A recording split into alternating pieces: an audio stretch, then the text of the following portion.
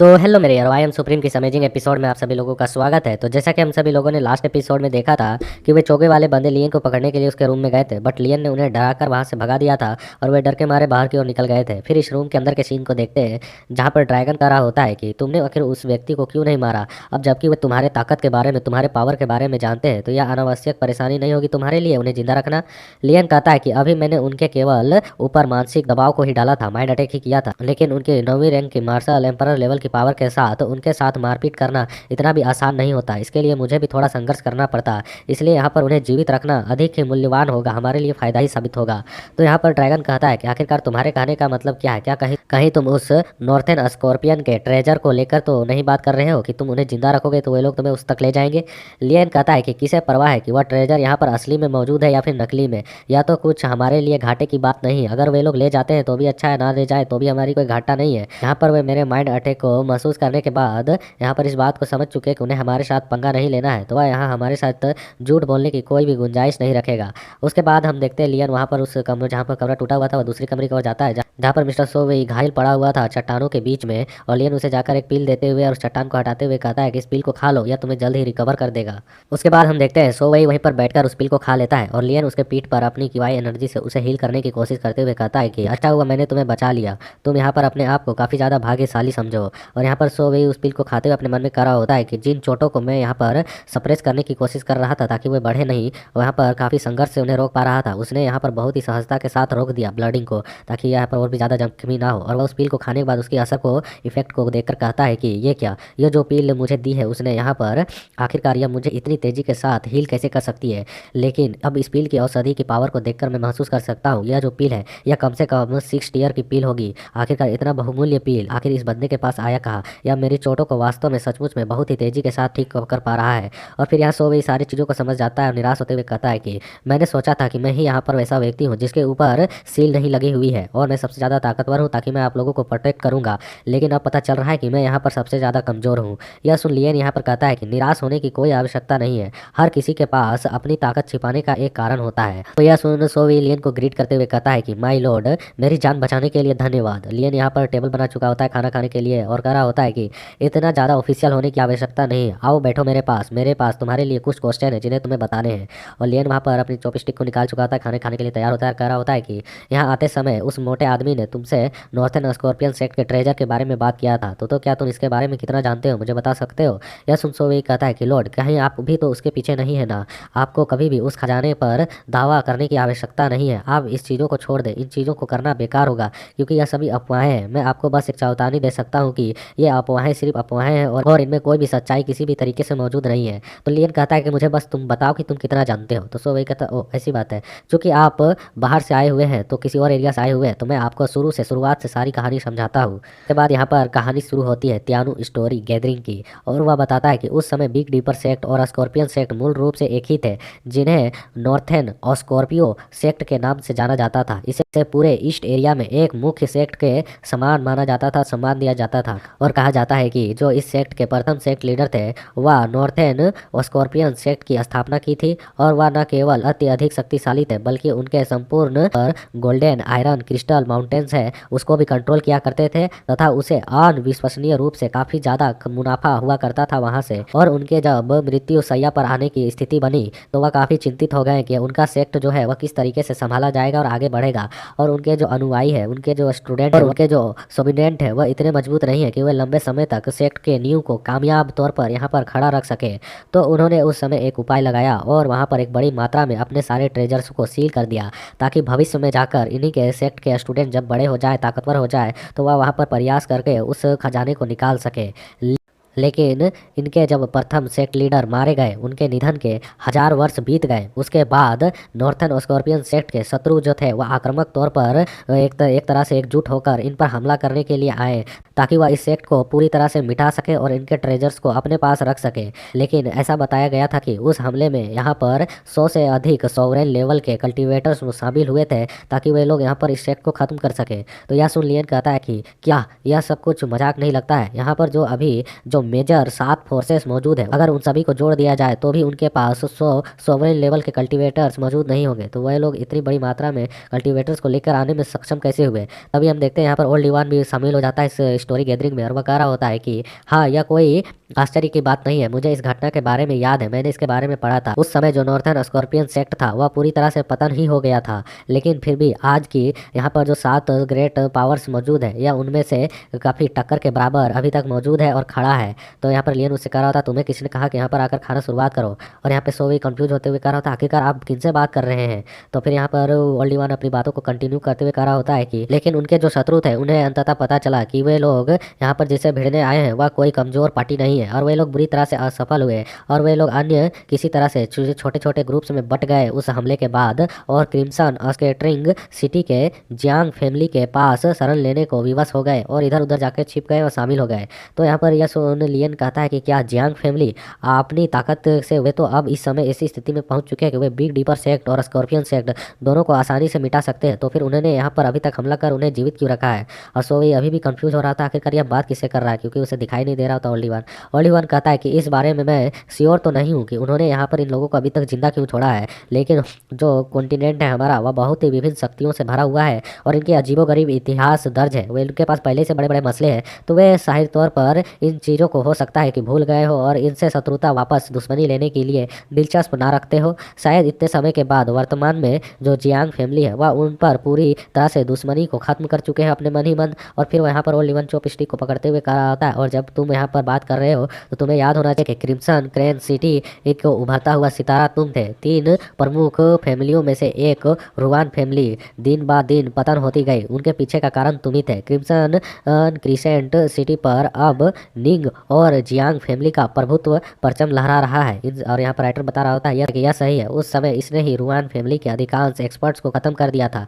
शायद लियन यहाँ पर एक बड़ा लड़ाई लड़ा था और काफ़ी सारे एक्सपर्ट्स को मारा था। तो यहाँ पर ओल्डीवान कहता है कि उसके समर्थन के बिना क्रिम्सन क्रिसेंट सिटी अभी भी 7 प्रमुख ताकतों में से एक है, लेकिन वह अब बहुत ही ज़्यादा कमजोर स्थिति में भी पहुंच चुका है। तब यहाँ ओल्डीवान कटोरे को पटकते हुए कहता है, और धत तरीके, आखिरकार मैं वर्ल्ड गॉड मोन्यूमेंट के अंदर रखकर एक सोल बॉडी फॉर्म में रखकर इस खाना को कैसे खा सकता हूँ, इसे तो टेस्ट भी नहीं आ रहा है, मुझे टेस्ट भी नहीं कर पा रहा हो।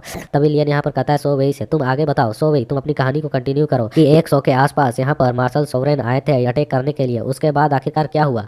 तो सो वही बताता है कि खैर अफवाहें तो ऐसी हैं कि जो हो सकता था वे बहुत ही ज़्यादा आश्चर्यजनक तौर पर हुआ, लेकिन इससे पता चला कि उस समय नॉर्थर्न स्कॉर्पियन सेक्ट की शक्ति जो है वह कितनी ज़्यादा है, वह किसी भी तरीके से कमज़ोर स्थिति में नहीं पड़े। ऐसा कहा जाता है कि उस समय जो नॉर्थर्न स्कॉर्पियन सेक्ट के जो लीडर थे उन्होंने पिछले वाले लीडर के ट्रेजर को खोल दिया था और उससे काफ़ी ज़्यादा रिसोर्सेस अपने पास जमा कर लिए थे, जिसकी वजह से वे लोग यहाँ पर आक्रामक तौर पर पीछे धकेलने के बावजूद भी वापस खड़े हुए और वे लोग हारे नहीं। तो लियन कहता है, तो तुम्हारे कहने के अनुसार उन्होंने पहले ही खजाने को खोज लिया। तो यह सुन सो वही कहता है, नहीं, अफवाह ऐसी भी है कि उन्होंने खजाने का सिर्फ एक छोटा सा टुकड़ा ही हासिल किया था उस समय। उसके बाद वे लोग वापस से उस चीज़ को सील कर दिए ताकि बाद में जाकर इस सील को हटाकर उनके स्टूडेंट्स जाहिर तौर पर समय आने पर उस रिसोर्सेस का इस्तेमाल कर सके। 100 साल पहले थंडर मर्चेंट गिल्ड के नेतृत्व में व्यापारी समूहों ने नानवू सिटी के संघर्षों में जबरन भाग लिया था और उन्होंने कई स्थानीय ताकतों का सफाया भी कर दिया था, जिससे बिग डीपर सेक्ट और स्कॉर्पियन सेक्ट का पतन कगार पर पहुंच गया था। लेकिन हाल के वर्षों में देखकर लगता है कि उन्होंने किसी तरह से रहस्यमय तरीके से उस ट्रेजर्स को वापस पा लिया है, जिससे कई लोग अनुमान लगा पा रहे हैं कि यहाँ पर प्रथम सेक्ट के जो लीडर थे उनका खजाना फिर से खोल दिया गया है, क्योंकि इनकी स्थिति को देखकर लग रहा है कि ये बिल्कुल भी कमज़ोर नहीं है। अलग होने के बावजूद इनके टुकड़े हो चुके हैं, फिर भी ये लोग काफ़ी ताकतवर अपने आप को दिखा रहे हैं। तो लियन कहता है कि इसमें कोई आश्चर्य की बात नहीं है कि आखिरकार वह मोटा बंदा यहाँ पर वापस क्यों आया था इस सेक्ट में, स्कॉर्पियन सेक्ट को छोड़कर। और इसके अलावे यहाँ पर इन चीज़ों को अब समझने के बाद मैं इतना तो समझ पा रहा हूँ कि यह अफवाह कम से कम 30% सही है कि यहाँ पर ट्रेजर जो है वह मौजूद है। और लियन एक्साइटेड होकर खुश होते हुए कहता है कि अब मुझे सचमुच में यह जानने में दिलचस्पी है कि आखिरकार वह खजाना है क्या और कहाँ पर। तो यह सुन यहाँ पर सो वही कहता है कि लॉर्ड, मैं आपको यहाँ पे सावधान करना चाहता हूँ। मैंने अभी अभी यहाँ के लीडर के बारे में कुछ चीज़ों को पता किया है। जो यहाँ का नया लीडर है उसका नाम लुओ सिन रान है और वह नानवू सिटी में एक बहुत ही दुष्ट व्यक्ति के नाम से, दुष्ट कल्टीवेटर के नाम से प्रसिद्ध है।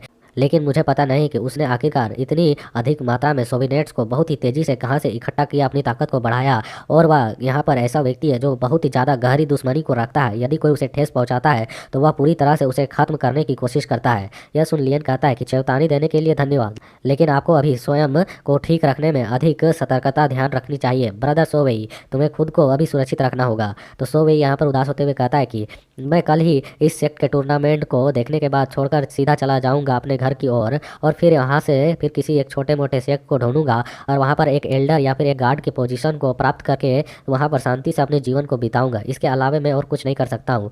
तभी लियन यहाँ पर अपने पास से एक नोट स्टोन को निकालता है जिसमें वह कुछ टेक्निक्स को डाल रहा होता है और लियन कहता है कि यह एक अच्छी योजना लगती है कि तुम किसी अच्छे जगह पर जाकर एक एल्डर की पोजीशन को लेकर अपने बाकी जीवन को बिताओ, लेकिन मैं इसके साथ साथ तुम्हें कल्टीवेशन को कंटिन्यू रखने के लिए तुम्हारी मदद करना चाहता हूँ और तुमने यहाँ पर काफ़ी जानकारियाँ दी और काफ़ी चीज़ों में मेरी मदद की है, इसलिए स्वाभाविक तौर पर मैं तुम्हें एक ऐसी टेक्निक देता हूँ जिससे तुम 5 वर्षों के भीतर ही अपनी कल्टीवेशन के 9th लेवल पर पहुँच जाओगे, क्योंकि अभी 7 लेवल पर मौजूद है।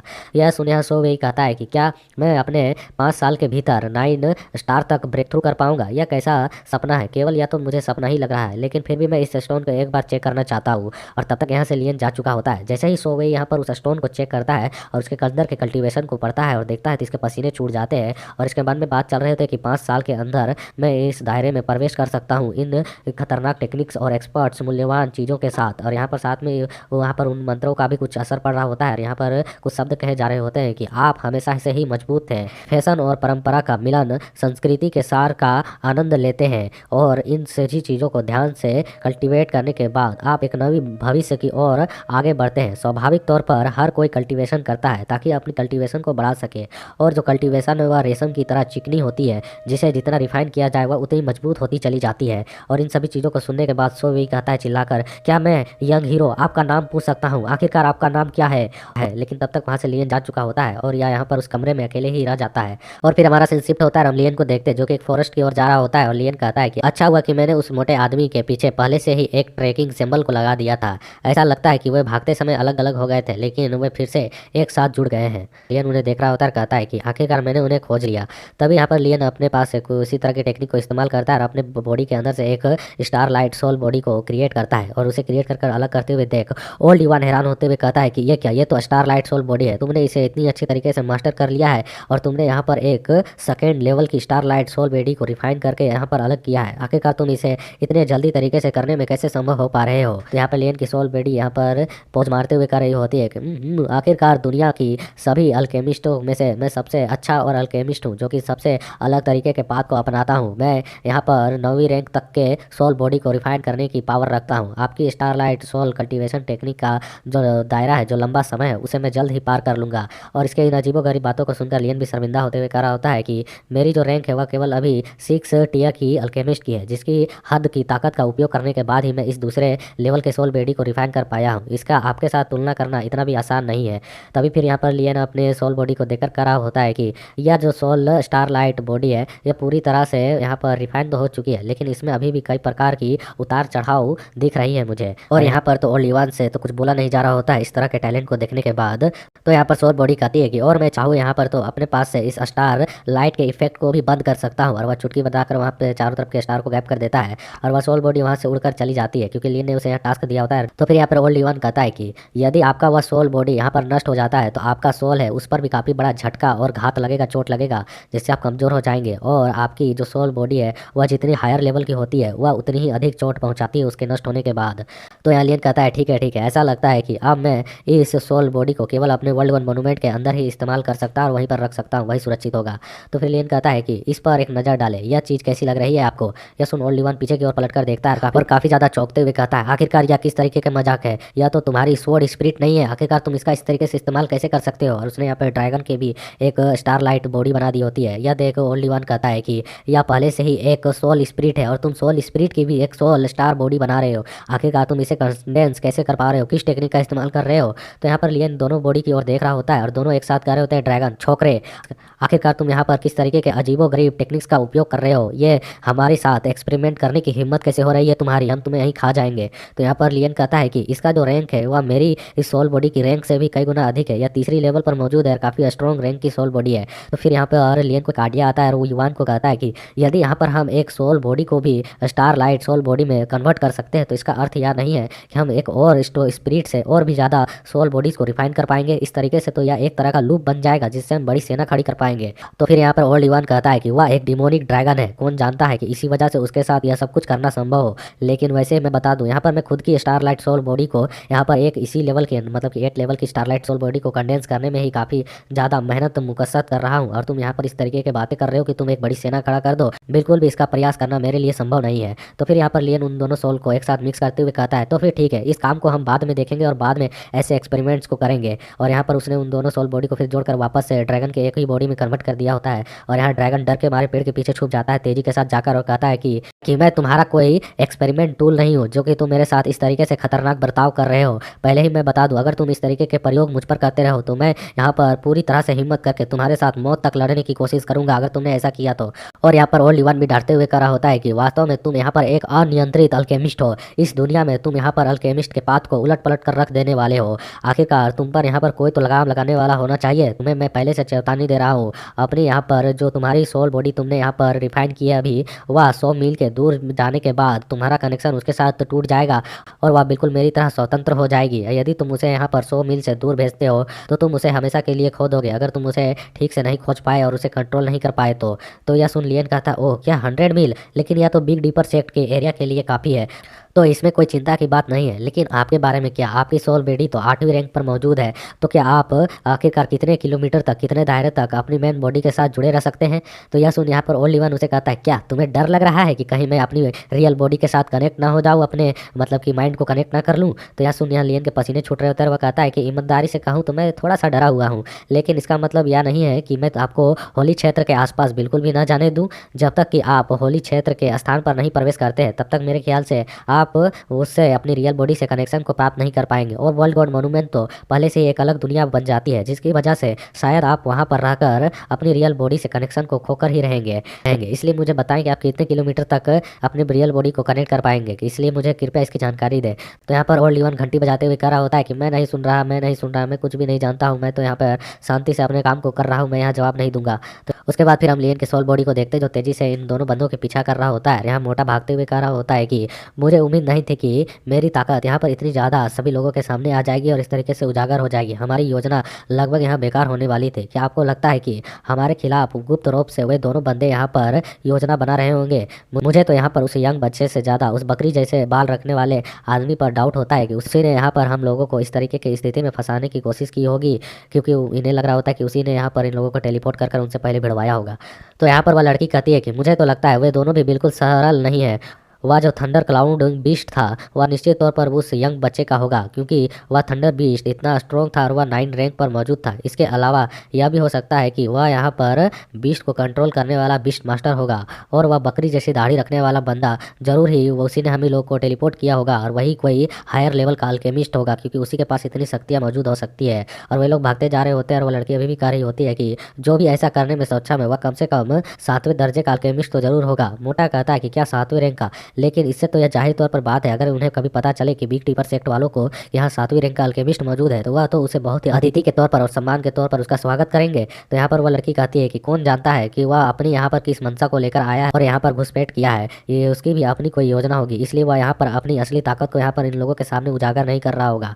तो यहाँ पर मोटा भागते हुए करा होता है कि जब तक उसके पास कोई भी यहाँ पर सहयोगी टीम नहीं है तो वह हमसे कमजोर ही होगा, भले ही वह 7वीं रैंक का अल्केमिस्ट क्यों ना हो। इसके अलावा जिन लोगों ने हम पर हमला किया था वे जरूर ही नानू सिटी के बहुत ही दुष्ट कल्टीवेटरों में से उनका एक ग्रुप होगा। किसी न किसी कारणवश वे एक साथ इकट्ठा किए गए हैं। इस स्थिति को देखकर मुझे काफ़ी ख़राब फीलिंग आ रही है। तो यहाँ पर लड़की कहती है कि जितना गंदा तालाब होगा, जितनी तालाब में हलचल मचेगी, उतनी ही ज़्यादा आसान होगी मछलियों को पकड़ना, अन्यथा केवल हम अपनी ताकत के साथ यहाँ पर कुछ भी लाभ प्राप्त नहीं कर पाएंगे। और लियन की सोल बॉडी इनका पीछा कर ही रही होती है, इसलिए लियन यहाँ पर दूर में खड़े ही इनकी सभी बातों को सुन पा रहा होता है। मोटा कहता है हाँ हाँ, यह सब हमारे लिए एक बड़ा ही अच्छा अवसर है। एक बार जब हम उस खजाने को पा लेंगे तो हम डिवाइन विंड गेट में वापस चले जाएंगे और उन बदमाशों को पकड़कर वापस से खोज कर जरूर ही सजा देंगे। और लियन अपने मन में कहता है कि आज का जो टूर्नामेंट है वह कम से कम 10 और 20 लोगों के बीच में होने वाला है, जिनसे टॉप 10 लोग चुने जाएंगे। तो यहाँ पर मेई डोंगर ने कहा था वह 100% श्योर है कि वह इस मुकाबले को संभाल लेगी। फिर तभी लियन की जो रियल बॉडी है उसका अचानक ध्यान दूसरी ओर जाता है, जहाँ पर वह उस बंदे को, उस लंबे वाले बंदे को देखता है जो कि यहाँ पर एंट्रेंस गेट पर खड़ा था। और लियन कहता है यह वही आदमी है ना जो पहाड़ी के गेट पर हम पर सील लगाने के लिए खड़ा मौजूद था। और फिर लियन उसे गुफा में जाते हुए देखकर कहता है ऐसा लगता है कि यह यहाँ पर सेक टूर्नामेंट से अधिक दिलचस्प चीज़ है जो कि यहाँ पर यह देखने के लिए आया है। इसी स्थिति में इस समय जब टूर्नामेंट होने वाला है तो वह इस तरीके के गुफा में आखिरकार क्या कर रहा है। यह गुफा लोगों के छिपने के लिए काफ़ी अच्छी जगह है। और लियन भी उस गुफा के सामने लैंड करता है और वह यहाँ पर अपने यूनिवर्सल डिटेक्शन का उपयोग करते हुए अंदर की ओर जांच करने की कोशिश करता है। तभी अंदर से एक जोरदार स्लेश लियन को चीरने के लिए आगे बढ़ती है और लियन उससे बार बार बचता है, कहता है क्या उसने सचमुच में मुझे यहाँ पर नोटिस कर लिया। और उस अटैक के पावर को दिखाया जाता है जो कि सीधे एक पेड़ को जाकर 2 भागों में चीर देती है। और फिर हम देखते हैं कि वह लंबे बालों वाला बंदा वापस बाहर की ओर निकलता है और कहता है कि आखिरकार तुम्हारी सील को यहाँ पर किसने हटा दिया। वैसे भी जो कुछ भी हो, लेकिन यहाँ पर एल्डर लू ने कहा था कि तुम्हारे बारे में कुछ पता ना चले तो तुम्हें यहाँ पर जीवित बिल्कुल भी नहीं छोड़ना चाहिए, तुम्हारे जैसे टैलेंट को यहाँ पर खत्म कर देना चाहिए। यह कहकर अपने स्वॉर्ड के साथ वो अटैक करने वाला होता है। बट यहाँ पर लियन तभी अपने हाथ को बॉडी टैपिंग मंत्रा से एक्टिवेट करके स्ट्रॉन्ग बना लेता है, मजबूत बना लेता है। और वो अपने हाथ से ही उसके थोड़ी पर एक जोरदार अटैक मारता है जिससे वहाँ पर उस बंदे की चीख निकल जाती है और वह घायल होकर नीचे की ओर गिरने लगता है। तो लियन वहाँ पर उसे एक जोरदार किक मारकर उस गुफा के अंदर फेंक देता है और लियन नीचे की ओर उतरते हुए कहता है कि जो भी अंदर है वह बाहर की ओर आ जाओ। इस नौकर को यहाँ पर भेजने की क्या ही आवश्यकता है, जबकि तुम जानते हो कि मैं इसका पीछा करते हुए यहाँ पर आया हूँ, इसे पता भी नहीं चला है। तो यह बदमाश बिल्कुल भी मेरा सामना नहीं कर सकता है, फिर भी इसके बावजूद तुमने यहाँ पर इसे मरने के लिए मेरे पास भेज दिया। तुम्हारे आखिरकार क्या इरादे हैं, मुझे बताओ, तुमने इसे आखिरकार यहाँ क्या सोचकर भेजा है। और फिर लियन कहता है वैसे मैं तुम्हें बता दूं कि मेरा यहाँ पर आने का कोई खास लक्ष्य तो नहीं है, लेकिन बस यहाँ पर मैं क्यूरियोसिटी की वजह से आया हूँ कि आखिरकार यहाँ पर क्या मौजूद है। तो अंदर की ओर से बंदा बाहर की ओर आते हुए कहता है कि बच्चे, क्या तुम जानते हो कि जो क्यूरियोसिटी है वह लोगों को यहाँ पर अपनी जान देने के लिए मजबूर भी कर सकती है। मतलब क्यूरियोसिटी की वजह से तुम अपने जान को भी खो सकते हो। और हमें दिखाया जाता है यह वही घोंसले बाल वाला बकरी जैसी दाढ़ी रखने वाला बंदा होता है और वह यहाँ पर घूर कर लियन को देख रहा होता है। और राइटर इसे देखकर नीचे की ओर लिखता है कि वी मीट अगेन, मतलब कि हम दोबारा यहाँ पर मिल चुके हैं। और इसके इसी सीन के साथ यहाँ पर यह एपिसोड खत्म होता है। So like share comment and support. तब तक के लिए सपोर्ट करो, लाइक करो, सब्सक्राइब करो, कमेंट करो, सुपर चैट करो, जो संभव हो सके वैसी मदद करो, क्योंकि यहाँ पर काफ़ी मेहनत भी लगती है भाई।